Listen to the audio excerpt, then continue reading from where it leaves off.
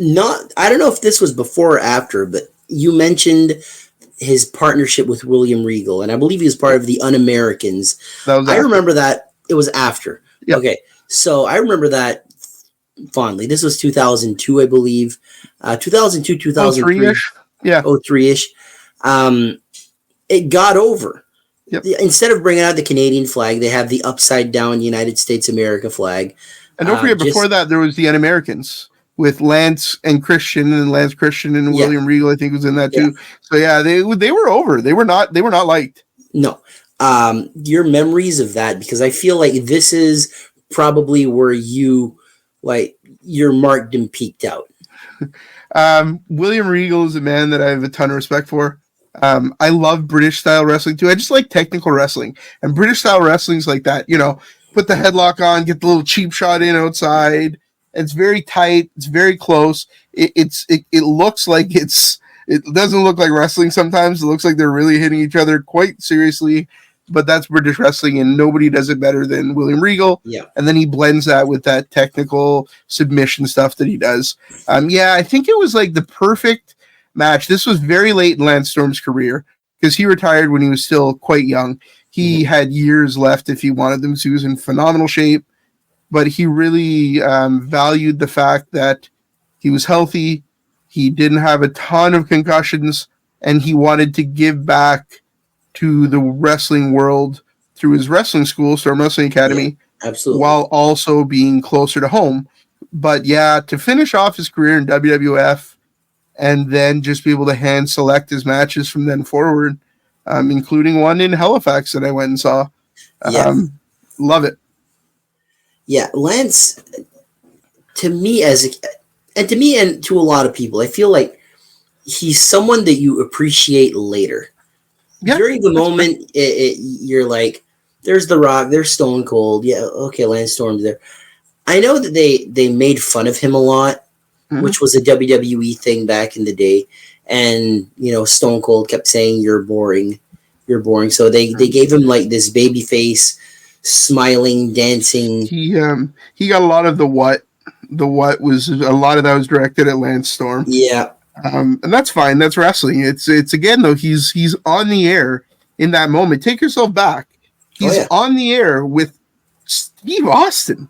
Like, who's bigger than Steve Austin? So even if that's not the greatest point, how cool is that?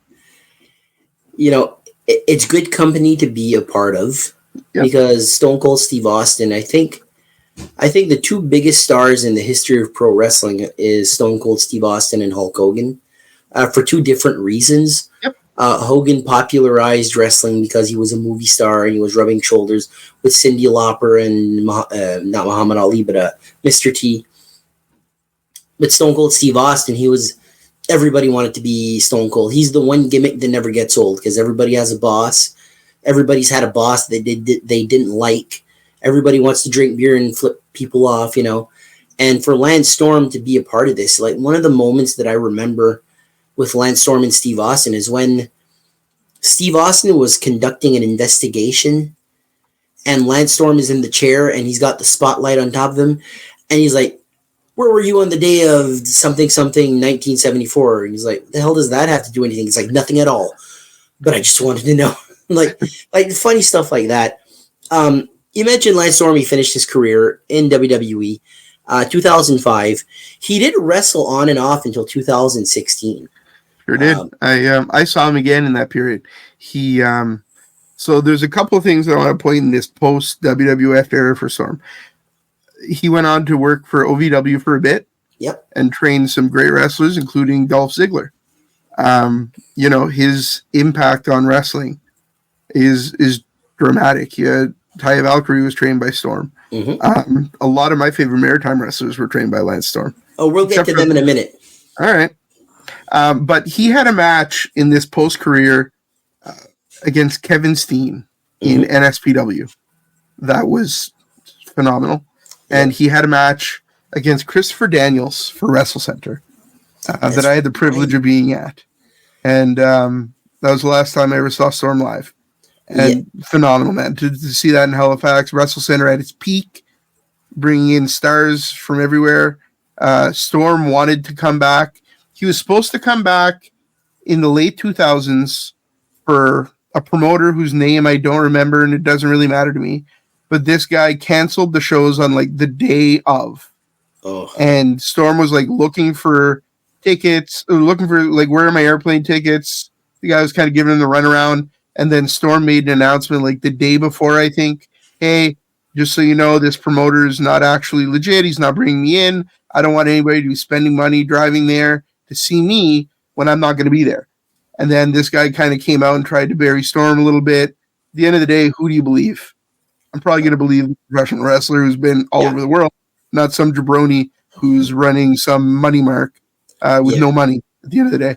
So Storm kind of burned the fans, but not by his own doing. And then he came back for Wrestle Center and made it right, and it was awesome. Wrestle Center is around that time period where I am not in the loop for Maritime Wrestling. Wrestle Center was really, it was a happening in the Maritimes. It didn't last very long, but you look at the guys that they brought in on one single night. They had all three guys. Christopher Daniels as their champion, by the way, Samoa Joe, and AJ Styles. How they got the money to do that, I'll never know. But Lance Storm being there is, I don't know, that there's something, you can tell Storm is a wrestling fan still, because he still wants to give to wrestling. I always felt Lance Storm could have been a world champion if he went to the right promotion. In ECW, I think it's not out of the realm of possibility that he could have been the world champion. 100%. They had Justin Credible as the world champion. I can guarantee you. If the money didn't start to dry up, I think Storm ends up being a world champion in ECW for sure. I agree with you 100%. The Impact players breaking up and feuding over that belt, perfect storyline. WCW, I think the veterans were too up their own, you know what? Yep. WWF, I think they had their stars. Yep. I always felt that the one place that he should have went, and he should have been like, he should have got the Jerry Lynn treatment at least, is Ring of Honor. And he did end up having some Ring of Honor matches with, I think, what was the name of that boy? Brian Christopher. What was it? Christopher. Oh, God. I can't even think of it right now. But he'd end up becoming Bryan Danielson. Oh, yeah, Bryan Danielson. Yeah, Bryan Danielson. Daniel Bryan. So he did end up having a really good match with him. And I don't know. It's just, at that point in Lance's career, he just wanted to be closer to home. And you got to respect that, because most guys, when they were in WCW, relocated to Florida. Mm-hmm. Lance stayed in Calgary. Most guys, when they were in WWF, WWE, relocated to Florida. Lance stayed home in Calgary. It was important to him to get home every weekend, but he was on most house shows most weekends. Mm-hmm. So he'd be at Raw on Monday, SmackDown on Tuesday, head home after SmackDown, because at this point SmackDown was taped Tuesdays, and he'd get home, Wednesday morning, maybe Wednesday afternoon, be home Wednesday and Thursday, leave again to the next set of house shows. I remember when there was the brand split and he wasn't on SmackDown, and that was something that he posted about really appreciating, because he was able to do Raw Monday and then fly home and not have to be back on the road until Friday. So he'd have that extra day at home. But he's always been a really good family man, and just genuinely a good person. Yeah. Around that point in time, I think the schedule started to be less in WWF, WWE, because I remember in those old Ultimate Warrior, Hulk Hogan, they'd wrestle 300 plus days a year. Every single day, like twice on Sunday, as they would say. So Lance, it started to be less back then, because there is a thing as less is more. Yes, except that he had that, like I said, that extra day of travel. So he wouldn't get home till Tuesday. Mm-hmm. Instead of being able to leave Friday, he'd have to leave on Thursday because he was on the West Coast. Unless they were on the West Coast, but they rarely were at that point. Yeah. So it was just an interesting period, but one of my fondest periods as a wrestling fan, definitely as a mainstream wrestling fan. So Lance nowadays, he's a trainer. Yep. And he's trained some of Maritime's best talents around here. And who would these be? Well, some of them have really good haircuts. Some of them have really shitty haircuts. I think his greatest talents in the Maritimes right now, and I think it's Nick Strong, Hollywood Cole, and Charlie Hubley. Absolutely. We've interviewed Hollywood Cole on Wrestling with the Bros, and great guy. Great guy. Bad haircut, great guy. Yeah. You got to have a moment with him to talk just Lance Storm, and me and Joel just sort of sat back and let you shoot the shit with Hollywood Cole. Someone like Lance Storm, never the main event guy, mid card at best, but not that's not an insult. No, because we've had this discussion before. I'd rather see a mid-card guy get a secondary belt and run with that and make that belt important than seeing the world title. Now, I love myself a good world title run. Trust me on that one. But it's the guys that... It seems like guys that know that they're not world title material, that secondary belt seems so much more important to them. And what's wrong with holding the Intercontinental belt? Like, what an honor. Yeah, absolutely. Or the United States title. And Lance, like those dying days of WCW, he has that U.S. title, or the Canadian heavyweight title, I should say. You know, people remember him for, like, putting the stickers on the belts, changing the names, getting so much heat for that. It's like he said, I don't know if he got over because I don't think the crowd was there during those dying days. But, you know, you go back and you can find some fond memories with Lance Storm in WCW. In WWE, I keep going to the Un-Americans, to that tag title run with William Regal. Christian. I believe Jericho was with them for a while as well. I don't remember Jericho being there, but definitely Christian. Definitely Christian first, and then eventually William Regal. But, you know, to be fair, you're mid-card in the biggest promotions in the world. Mm-hmm. Like, what an amazing accomplishment. And then you turn that into, I don't know how many wrestlers I've heard say, you know, I want my kid to go train with Lance Storm. Yeah. He's trained so many wrestlers' kids because they trust him. They know that he's legit. He's amazing. He's a great talent. He's going to open the right doors. And, you know, what a better compliment than that. Yeah. Even Hollywood Cole, when you asked him, was there any other option other than Lance Storm? He was like, no, that's who I wanted to go to. This was my guy. That says a lot about his training. It's one of those things where his mark in wrestling wasn't as a world champion. You know, as a mid-card talent, he was pretty damn good. I think he's leaving his mark for the future of professional wrestling. Because here in the Maritimes, Hollywood Cole, he's the UCW Atlantic Canadian champion. Nick Strong, as of a couple days ago, with his brother Matt, were the NBWA tag team champions. Mm-hmm. And Charlie Hubley, he's currently the East Coast Pro Wrestling heavyweight champion. You know, and they're top draws in the Maritimes. If they're on the cards, like, okay, we know something's going to be good there. And Storm's also still an agent for TNA. He's still making those marks in professional wrestling. And, you know, I love to see it. I think the legacy for Storm will be that he had an amazing career, but then he started his school pretty young and trained some phenomenal talent. Absolutely. Before we go, a few more Storm,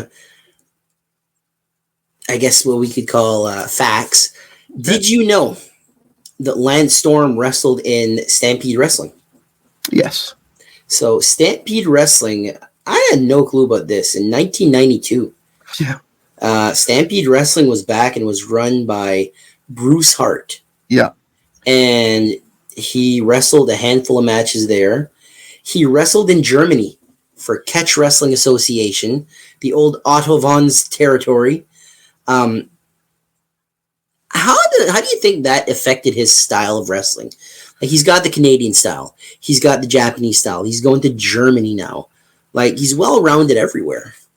And everything, especially the Japanese style and that Alberta style, you kind of see him. But even, you know, the German wrestlers are very technical. So definitely he learned a lot in that period. He had some great stories on his blog back in the day, and I don't know if they can be found now. but one of them was that he was on some of those death tours. Oh, And he was on death tours, sleeping in a a sleeping bag on a gym floor, making very little money, and was scared out of his life. I think he was also in the car for that DQ Jim Cornette moment. yes, he was. He was. Yeah. So Jericho's the one taking the video. yeah, the stories that the guy could share are just something else. He also had early on in wrestling podcasts. He had a podcast with Don Callis. Yep. There was like Burning the Town or something. I think, I'm not sure if he was there. I know Don Callis got his start in Manitoba for the old WFWA. I believe it was like West Front Wrestling Association, something like that. And Don Callis went by the name of The Natural. Yep. I know Jericho was there. Yeah, I think Storm kind of crossed paths with him there as well. So you mentioned the death tours. Yeah. So for people that don't know what the death tours were, I believe this was in Western Canada. Northern Canada. Northern Canada. You drive into Northwest Territories or far northern Alberta, where it gets extremely difficult. So there's these things called ice roads. Yeah. Basically, it's bodies of water that aren't roads except for between like December and April. They freeze and they make these temporary ice roads. And wrestlers would drive there in 2 or 3 vans with all of the ring gear for a tiny ring. I mean, I'm talking like, 10 by 10 ring, the smallest ring you'll ever see, to these very remote areas for these people that are very underserved, like people that don't get a lot of entertainment. So they'd get there and they'd be superstars. Mm-hmm. So they'd pack these gyms for these people, and these wrestlers would drive these ice roads in shitty vans, and sometimes they would play some amazing pranks on each other. I know Jericho was on those, and he wrote about them in his book. They're phenomenal. If you can try to find any of those stories, give them a read. They're hilarious. Yeah. My favorite story is, I think it was in Edge's book. Okay. And him, Christian, and Rhino were on one of these death tours, and the back of the truck started to like sink through the ice, and they just start panicking. And Christian just like, we're all gonna die, and he just like takes off running, I think. And Rhino's like grabbing people and throwing them out of his way to climb out. Yes, I think it was Rhino. It wasn't Christian. It was Rhino that just like freaked out. Edge and Christian are like, calm down, dude. It's just like there's still ice underneath, like not making him feel any better. But winters can be brutal in Canada. Absolutely. I think some Maritimers have made some of those tours too. I know Madison Miles did some of those northern tours. They're really something. I find them very interesting. I love that wrestlers still to this day do them, because I think everybody deserves to see live wrestling. Absolutely. We're recording this on April 25th of 2024, obviously. Tomorrow night, April 26th, 2024. We're going to North Pro Canadian Wrestling. It's one of the funnest times for us. This will be only up in like May or June. So probably June, actually. We always have fun there. Final thoughts on Lance Storm. I know he's your all-time favorite. We always rib each other on our favorites, but Lance Storm, the wrestling world was a better place to have Lance Storm than not have Lance Storm. So final thoughts on Lance Storm. I think still is to this day. He's still giving back to the wrestling community. If you haven't yet, I highly recommend you go see that RVD match. You watch some of his WWF stuff, and just really appreciate the fact that on YouTube or on the WWE Network, there is a ton of good Lance Storm matches. Yeah. And Anarchy Rules 99, Jerry Lynn versus Lance Storm, you won't be let down. No, that one of my favorites. I think I keep going back to WCW for me. I think they gave him such a big push. And the funny thing is, Vince Russo is the one that gave him the push, and Lance Storm does not have good things to say about Vince Russo. And you can't really blame him, because Vince Russo, pardon my French, was a dumb fuck. Yep. Yeah, that's going to be the episode for today. I want to thank one of my absolute best friends. I love this guy. Just celebrated a birthday yesterday, by the way. So happy birthday to him. 40. 40, jeez. Oh, jeez. My back hurts. My hips hurt. I wasn't going to mention apart. the age, but I will. I'm fine. I'm fine Cory, with it, man. Cory is also my tag team partner on the Unofficial BSHL Senior Hockey League podcast. And follow us on Facebook. Follow us on Facebook. Go subscribe. You give us a few words about the BSHL. BSHL is a men's senior hockey league in northern New Brunswick with teams across northern New Brunswick, down the shore to Bucktouche, and then one team in Nova Scotia. It's very, very high quality hockey. We love it. We're everywhere in the winter. We cover every team, and it's really been one of the funnest things I've ever done in my life. We've made some amazing friends that are probably going to last forever. Yep. And and we've all become closer friends because of it too. Absolutely. You can't be in a car with people driving 6-7 hours in a night and not have some good memories. Yeah. So Nashville hot chicken. Hot chicken. We love the BSHL. So that's the BSHL. Go check out that podcast. Yeah. We have a lot of interviews. We have a lot of fun, and you'll actually see a former Maritime Warrior guest, Connor Smith, on some of those. He's very involved, good friend of ours because of the BSHL. Yep. When the season is on, every Tuesdays and Thursdays is when the podcast goes up. Right now it's the off season. On Thursdays is when you can hear us do interviews and just talk about our life in general. Other than that, we are also part of Wrestling with the Bros, where we cover maritime wrestling. Mostly all of maritime wrestling. The maritime wrestling, yeah. We're doing better and better at covering the rest. Yeah, we got interviews there as well. Also, State of Maritime Wrestling is our main show there, so go check that out. And I personally want to thank Cory Robbie Show, a class act guy, class act human being. His sister's going to listen to this, and she's going to be like, don't say that. His head's going to get big. But honestly, one of my best friends, one of the best guys I know. I'd take a bullet for this guy. Love you, brother. Thank you for doing this. Yeah, thank you for having me. Congratulations on the success you've had so far with Maritime Warrior. I know it's going way better than you expected it to, which is very cool. Yeah. It's awesome to see people have these dreams or goals and go for it. And, all you lose is a little bit of time, and all you gain is some amazing stories. So absolutely. So we're going to end the episode here. Thank you once again, Cory, and we'll see you next time. Take care. Go Habs, go.